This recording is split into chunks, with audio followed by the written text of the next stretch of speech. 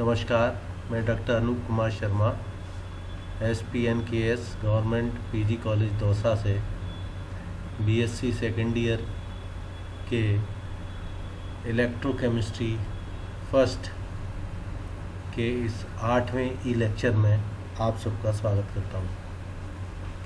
पिछले ई लेक्चर में हमने पढ़ा था कि अभिगमनांक क्या होता है। इस ई लेक्चर में हम अभिगमनांक को प्रभावित करने वाले कारकों के बारे में पढ़ेंगे। Factor influencing transport number. तो ट्रांसपोर्ट नंबर, जैसे मैं आपको याद दिला दूं, ट्रांसपोर्ट नंबर अभिगमनांक किसी विलयन में उपस्थित आयन द्वारा कुल धारा का वह अंश जो उस आयन द्वारा ले जाया जाता है, उस आयन का अभिगमनांक या ट्रांसपोर्ट नंबर कहलाता है। अब ट्रांसपोर्ट नंबर को प्रभावित करने वाले क्या क्या कारक हैं उसके बारे में हम पढ़ेंगे। पहला कारक, यदि किसी आयन का अभिगमनांक परिपथ में प्रवाहित की गई धारा Q व EMF से प्रभावित नहीं होता। किसी भी आयन का अभिगमनांक जो है वो कितनी देर तक धारा प्रवाहित करी है या उसमें कितना हमने EMF लगाया है परिपथ में, इससे प्रभावित नहीं होता। ट्रांसपोर्ट नंबर इन दोनों से इंडिपेंडेंट है, धारा पर और EMF से ये प्रभावित नहीं होता है। दूसरा जो फैक्टर है वो है विद्युत अपघट्य की प्रकृति, नेचर। यदि किसी आयन का किसी भी आयन का अभिगमनांक एक निश्चित संख्या नहीं है, या इस बात पे ध्यान दें, ट्रांसपोर्ट नंबर जो है वो किसी आयन का वो एक निश्चित संख्या नहीं है, यह विद्युत अपघट्य में उपस्थित साथ वाले आयन पर निर्भर करती है ना, कि कौन सा विद्युत अपघट्य है ना। विद्युत अपघट्य में जो सॉल्ट है, जो लवण है, उसमें साथ वाला कौन सा आयन है, इस बात पर ये अभिगमनांक निर्भर करता है। मतलब किसी आयन का अभिगमनांक कोई निश्चित संख्या नहीं हो गई। जैसे उदाहरण के लिए, जैसे क्लोराइड आयन है, अब अपन क्लोराइड आयन का जो है अभिगमनांक या ट्रांसपोर्ट नंबर एक निश्चित नहीं है कि हर एक विलयन में, हर एक विद्युत अपघट्य में यही होगा, ऐसा नहीं है ना। जैसे इस उदाहरण से हम समझेंगे। उदाहरण Cl- का अभिगमनांक NaCl, KCl व HCl में क्रमशः है। इन तीन विद्युत अपघट्यों में क्लोराइड आयन का अभिगमनांक क्रमशः 0.604, 0.504 व 0.166 होता है। तो आप देख रहे हैं कि क्लोराइड आयन का अभिगमनांक इन विद्युत अपघट्यों में, अलग अलग विद्युत अपघट्यों में अलग अलग है। मतलब किसी आयन का अभिगमनांक एक निश्चित संख्या नहीं होती है। अतः अभिगमनांक विद्युत अपघट्य की प्रकृति पर निर्भर करता है ना, कि आयन के साथ जिसका अभिगमनांक हम अध्ययन जिसका कर रहे हैं, उसके साथ वाला कौन सा आयन है, उस आयन पर ये निर्भर करता है। तो विद्युत अपघट्य की प्रकृति, दूसरा फैक्टर ये रहा। तीसरा फैक्टर जो है वो है विद्युत अपघट्य की सांद्रता, है ना, सांद्रता। किसी विद्युत अपघट्य की सांद्रता पर अभिगमनांक पर बहुत कम प्रभाव पड़ता है तथा यह प्रभाव ऑन-सैगर्ट समीकरण द्वारा दर्शाया जाता है। सांद्रता का बहुत ज़्यादा फर्क अभिगमनांक पर नहीं पड़ता, है ना। जो फर्क पड़ता है उसका अध्ययन ऑन-सैगर्ट नामक वैज्ञानिक ने किया था और उसने एक समीकरण दिया था। तो किसी विद्युत अपघट्य में किसी आयन के अभिगमनांक पर सांद्रता का जो प्रभाव है वो ऑन-सैगर्ट समीकरण द्वारा दिया जाता है। ऑन-सैगर्ट समीकरण क्या है? ऑन-सैगर्ट समीकरण है NC बराबर N0 माइनस A√C, जहाँ पर NC व N0 विभिन्न सांद्रताओं पर अभिगमनांक हैं। जहाँ NC व N0 विभिन्न सांद्रताओं पर अभिगमनांक है। C सांद्रता है तथा A जो है वो एक स्थिरांक कांस्टेंट है ना। तो ये अभिगमनांक, ये विद्युत अपघट्य की सांद्रता के बारे में होगी बात, है ना। तीसरा जो कारक है वो है ताप की बात कर रहे हैं। ताप बढ़ाने से आयनों के अभिगमनांक इस प्रकार परिवर्तित होते हैं कि 50% या 0.5 आधे की ओर अग्रसर होते हैं। ये बहुत इंटरेस्टिंग बात है। अतः स्पष्ट है कि अत्यधिक ताप पर सभी आयनों की गति समान हो जाती है। ये बाद में बात करेंगे। पहला क्या है, ताप बढ़ाने से आयनों के अभिगमनांक इस प्रकार प्रभावित होते हैं, परिवर्तित होते हैं कि 50% की हो। हमने अभी ऊपर उदाहरण में पढ़ा था कि क्लोराइड आयन के अभिगमनांक इन विद्युत अपघट्यों में 0.6, 0.5, 0.16 ये पढ़े थे हम। तो अगर टेम्परेचर बढ़ाएंगे तो ये सारे अभिगमनांक बराबर, है ना, दोनों आयनों के अभिगमनांक बराबर होते जाते हैं। कितने और किसकी तरफ जाते हैं, 50% की तरफ। अगर किसी जैसे NaCl में क्लोराइड आयन का अभिगमनांक 0.6 है तो ये कम हो जाएगा, कम होकर 0.5 हो जाएगा, और HCl में 0.16 से बढ़ के 0.5 की तरफ हो जाएगा, है ना। तो ताप बढ़ाने से अभिगमनांक जो है वो 50% या 0.5 की तरफ अग्रसित होता जाता है। इससे क्या स्पष्ट बात हुई, अब ये पढ़ें। अतः स्पष्ट है कि अत्यधिक ताप पर सभी आयनों की गति समान हो जाती है। ताप बढ़ने से आयनों की गति बढ़ जाती है, और गति बढ़ने से उनका अभिगमनांक जो वो आधी आधे विद्युत धारा, दो आयन है विद्युत अपघट्य में, तो दोनों आयन आधी आधी विद्युत धारा का प्रवाह कर देते हैं, इसलिए उनके अभिगमनांक बराबर हो जाते हैं। कितने, 0.5 की तरफ, 50%। पांचवा जो फैक्टर है वो आयन का जलयोजन। ये बहुत इंटरेस्टिंग है, देखिए, है ना। जब अपन किसी विद्युत अपघट्य को जल में घोलते हैं तो विद्युत अपघट्य का आयनन हो जाता है, और उसके धन और ऋण आयन को जल के अणु चारों तरफ से घेर लेते हैं, है ना। तो उसको बोलते हैं जलयोजन। जल के अणुओं का आयन की तरफ चारों तरफ जुड़ जाना, है ना। तो छोटे आकार के अगर आयन है तो जल योजन सुगमता से हो जाता है। अगर छोटे आयन है तो जल के अणु उसको आराम से घेर लेंगे, जबकि बड़े आयन का जल योजन कम हो पाता है। अतः बड़े आयन के चलने से छोटे आयनों की तुलना में बड़े आयन चलने के लिए छोटे आयनों की तुलना में मुक्त होते हैं, है ना। बड़े आयनों का चूंकि जल योजन कम हुआ है तो वो कम बंधे रहेंगे विलायक से। विलायक यहाँ क्या है, जल, तो जल के अणुओं से कम बंधे हुए हैं, तो वो तुलनात्मक रूप से बड़े आयन जो है वो छोटे आयन की तुलना में चलने के लिए अधिक मुक्त होते हैं, जिससे इनके अभिगमनांक भी अधिक होते हैं। अब जब ये चलेंगे ज़्यादा तो ये विद्युत का चालन भी ज़्यादा मात्रा में कर पाएंगे, अतः इनका चालन भी, अभिगमनांक भी जो है वो ज़्यादा हो जाता है।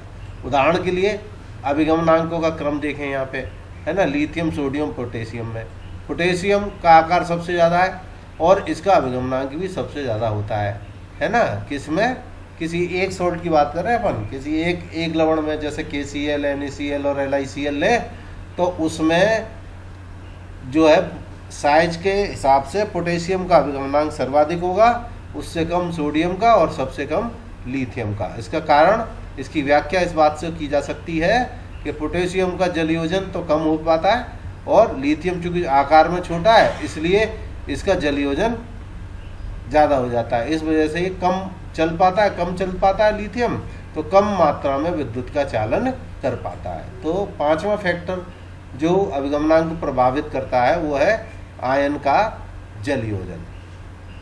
छठवां फैक्टर जो है वो है आयनों द्वारा संकुल का बनाना। अब ये देखा गया कि बहुत सारे ऐसे लवण थे जिनमें जो आयनों का अभिगमनांक है वो सही से ही नहीं आ रहा, है ना। उसके मान जो है वो विचित्र तरीके के आ रहे हैं। तो ये बात, इस बात को समझाने के लिए कि भाई विद्युत अपघट्य का विलयन बनाया तो उसमें आयनों के अभिगमनांक सही क्यों नहीं आ रहे, तो ये देखा गया कि एक ये फैक्टर है कि जो आयन जो है वो विद्युत अपघट्य में संकुल बना लेते हैं। तो आयनों के द्वारा संकुल बना लेने से इनके अभिगमनांक की जो है वो सही नहीं आते हैं। तो विद्युत अपघट्य की अधिक सांद्रता पर आयन असामान्य अभिगमनांक प्रदर्शित करने लगते हैं, है ना। यह इन आयनों द्वारा संकुल आयन बना लेने के कारण होता है। कंसंट्रेटेड सॉल्यूशन में जो है आयनों के अभिगमनांक सही नहीं आते, तो उसका रीज़न ये है कि वो संकुल आयन बना लेते हैं। जैसे उदाहरण से ये बात समझें कि कैडमियम आयोडाइड है कि शांत विलयन में Cd2I4 आयन बन जाते हैं, है ना। इसके कैडमियम आयोडाइड के ये मिलके अणु और ये बना लेते हैं Cd2I4। अब ये Cdi2 और Cd2I4 दोनों मिलके इस प्रकार आयनित हो जाते हैं Cd2+ और Cdi4 2-, ये संकुल आयन बन जाता है। ठीक है। अब सामान्यतः हम ये अपेक्षा करते हैं कि कैडमियम आयोडाइड का आयनन होगा तो कैडमियम 2+ और आयोडाइड माइनस, हमें ये आयन मिलेंगे। लेकिन यह माइनस जो आयन है, जो एनायन जो है वो एनायन, ये संकुल बन रहा है CdI4 2-। अब यहाँ देखें कि कैडमियम धनायन में भी कैडमियम है और ऋणायन में भी कैडमियम है, कैटायन में भी और एनायन में, दोनों कैडमियम है, ठीक है ना। तो अब ये दोनों इलेक्ट्रोडों की तरफ चलेगा। तो अब इस अवस्था में यदि कैडमियम आयन के अभिगमनांक की गणना की जाए तो असामान्य मान प्राप्त होंगे, क्योंकि कैडमियम आयन अभिगमन करके कैथोड के साथ साथ संकुल आयन के रूप में एनोड पर भी चला जाएगा। यहाँ दिख रहा है हमें जैसे, है ना। कैडमियम सामान्यतः अगर ये संकुल आयन न बने तो विलयन में हम विद्युत कैडमियम आयोडाइड के विलयन में हम ये अपेक्षा करेंगे कि कैडमियम कैटायन है तो वो तो कैथोड पे जाएगा, है ना, और आयोडाइड आयन एनायन है तो वो एनोड पे जाएगा। लेकिन इस लेकिन ये CdI4 संकुल आयन बनने के कारण कैडमियम जो है वो दोनों इलेक्ट्रोडों पर जा रहा है ना, कैटायन पे भी जा रहा है और एनायन पे भी जा रहा है। इसलिए इसके अभिगमनांक जो है वो सही हमें प्राप्त नहीं होंगे। ये लिखा है यहाँ पे कि इस अवस्था में कैडमियम आयन के अभिगमनांक की गणना की जाए तो असामान्य मान प्राप्त होंगे, क्योंकि कैडमियम 2+ आयन अभिगमन करके कैथोड के साथ साथ संकुल आयन में एनोड पे भी चला जाएगा। इसलिए उसका अभिगमनांक सही नहीं आएगा, ठीक है। तो अभिगमनांक जो है, हमने जो जितने भी ऊपर अभी फैक्टर पढ़े हैं इन सब फैक्टरों में हमने एक चीज़ देखी है कि अभिगमनांक जो है वो किस पे, आयनों की चालकता पर निर्भर कर रहा है कि आयनों के चालकता में जो चीज़ें बाधा उत्पन्न कर रही हैं वो तो अभिगमनांक कम कर रही हैं, है ना, और जिससे सुगमता से, जैसे ताप बढ़ाने से आयनों की चालकता बढ़ जा रही है तो इसलिए उसका अभिगमनांक भी बढ़ जा रहा है ना। तो अभिगमनांक जो है वो आयनों की चाल पर निर्भर करता है। तो अब यहाँ पे वो फैक्टर देखें हम कि आयनों की चालकता किन किन कारकों पर निर्भर करती है। हम एक सामान्य बात कर रहे हैं कि किसी वैद्युत अपघट्य में आयनों की चालकता निम्नलिखित कारकों पर निर्भर करती है, इन चीज़ों पर निर्भर करती है कि कोई किसी की चालकता ज़्यादा होगी तो वो किस बात पर निर्भर करेगी, कम होगी तो किन किन बातों पर निर्भर करेगी। तो नंबर 1, आयनों की चालकता आयनों की संख्या पर निर्भर करती है। ज़्यादा संख्या में आयन होंगे तो ज़्यादा मात्रा में विद्युत का चालन करेंगे। आयनों पर आवेश पर निर्भर करेगी कि अगर आयन पर आवेश ज़्यादा है तो वो विद्युत का चालन ज़्यादा करेगा। और नंबर तीसरा फैक्टर जो है वो आयनों की गतिशीलता है। तो ये 3 कारक हैं, जो 3 कारक आयनों की चालकता को प्रभावित करते हैं कि ज़्यादा विद्युत का चालन या कम विद्युत का चालन, मतलब चालकता जो है आयनों की, वो जो कैपेसिटी है आयनों को द्वारा आवेश ले जाने की, वो जो विद्युत धारा ले जाने की, वो इन 3 चीज़ों पर निर्भर करेगी। संख्या पर, संख्या ज़्यादा होगी तो ज़्यादा मात्रा में विद्युत का चालन करेंगे, आवेश ज़्यादा होगा तो ज़्यादा मात्रा में विद्युत का चालन होगा, आयनों की गतिशीलता ज़्यादा होगी तो भी ज़्यादा मात्रा में विद्युत का चालन होगा। तो ये 3 कारक हैं जिस पे आयनों की चालकता निर्भर करती है। अब ये जो दो फैक्टर है, आयनों की संख्या और आयनों पर आवेश, ये 2 चीज़ तो फिक्स्ड है। अगर अपन एक किसी वैद्युत अपघट्य की बात करें तो उसमें आयनों की संख्या भी निश्चित होगी और उन पर आवेश भी निश्चित होगा, है ना। बदलने वाली चीज़ क्या है, गतिशीलता। ये हमने यहाँ लिखा है। किसी विद्युत अपघट्य के लिए विलयन के लिए कारक 2nd और 3rd निश्चित होते हैं, परंतु आयनों की संख्या विलयन की तनुता पर निर्भर करती है तथा इसे तुल्यांक की चालकता से मापा जाता है। अब संख्या जो है, आयनों की संख्या विलयन की तनुता पर निर्भर करती है। कंसंट्रेशन कम ज़्यादा होने से ये संख्या जो है वो बदल जाएगी, है ना। आयनों की संख्या जो है वो किससे बदल सकती है, किससे बदल सकती है, तनुता से, है ना। कि जैसे NaCl है, NaCl तो प्रबल वैद्युत अपघट्य हो गया, है ना। कोई ऐसा वैद्युत अपघट्य, दुर्बल वैद्युत अपघट्य है तो उसकी आयनन की मात्रा बदलती जाएगी। किस पे? तनुताप पे निर्भर करेगी कि जितना ज़्यादा तनु विलीन होगा उसमें आयनों की संख्या। तो आयनों की संख्या, वैसे तो वैद्युत अपघट्य में आयनों की संख्या निश्चित है कि जैसे एक एक संयोजी अगर कोई वैद्युत अपघट्य है तो उसमें एक धनायन एक ऋणायन होगा, लेकिन वो एक धनायन एक ऋणायन तब होगा जब उसका आयनन पूर्ण हो, है ना। अगर आयनन कम होता है उस लवण का तो आयनन की मात्रा पर निर्भर करेगा आयनों की संख्या, और आयनन की मात्रा किस पर निर्भर करती है? तनुता पर, है ना। तो किसी वैद्युत अपघट्य के विलयन के लिए कारक सेकंड व थर्ड, सेकंड थर्ड क्या है? आयनों की पर आवेश और आयनों की गतिशीलता निश्चित होती है, परंतु आयनों की संख्या विलयन की तनुता पर निर्भर करती है तथा इसे नापते किससे? तुल्यांक की चालकता से नापते हैं।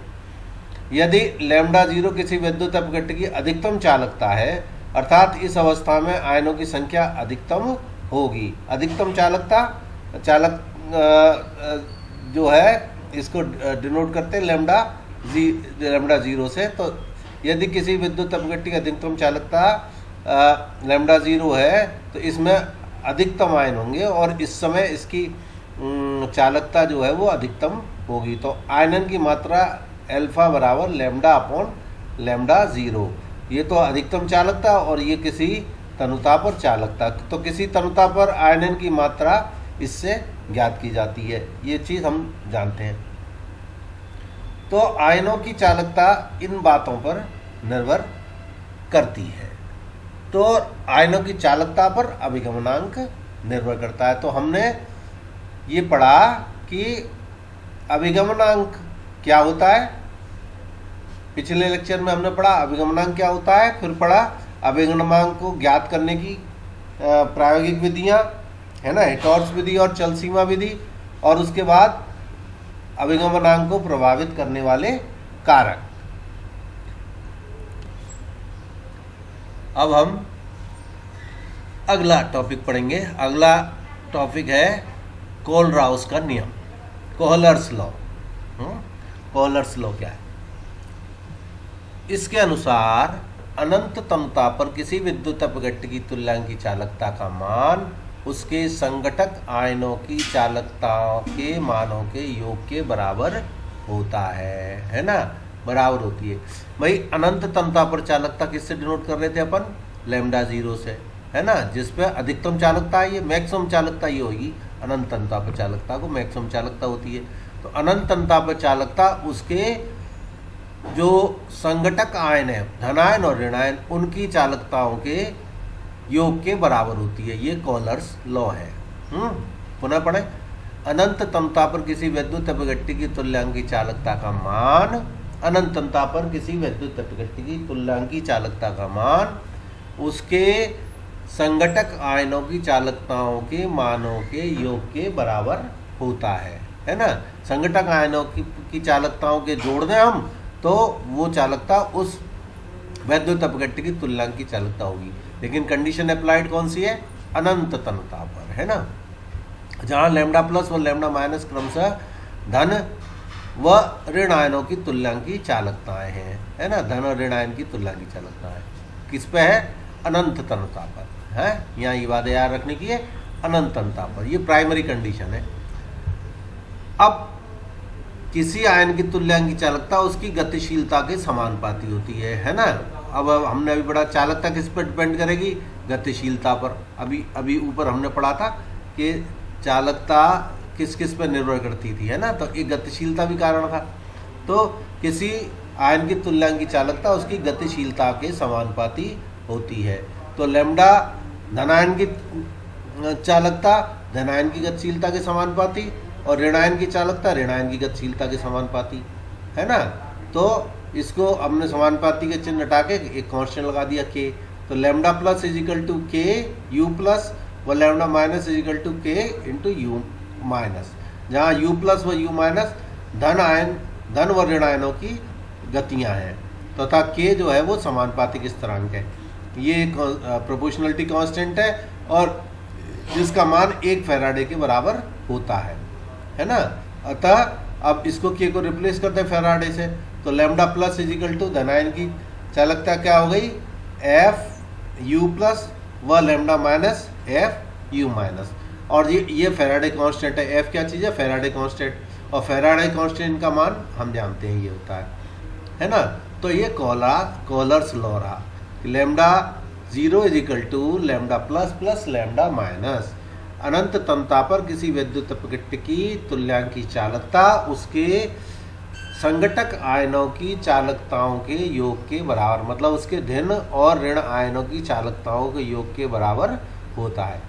अब ये कॉलर्स लॉ बहुत आसान या बहुत सरल दिखता है, और जितना ये सरल है दिखने में, इसके उपयोग उतने ही व्यापक है ना। इसको यूज़ करके और बहुत सारी चीज़ों की गणना की जाती है जो अन्य किसी उससे निकालना जिसका जो संभव नहीं है। तो अगले ई लेक्चर में हम कॉलर्स लॉ के जो उपयोग है उनका अध्ययन करेंगे।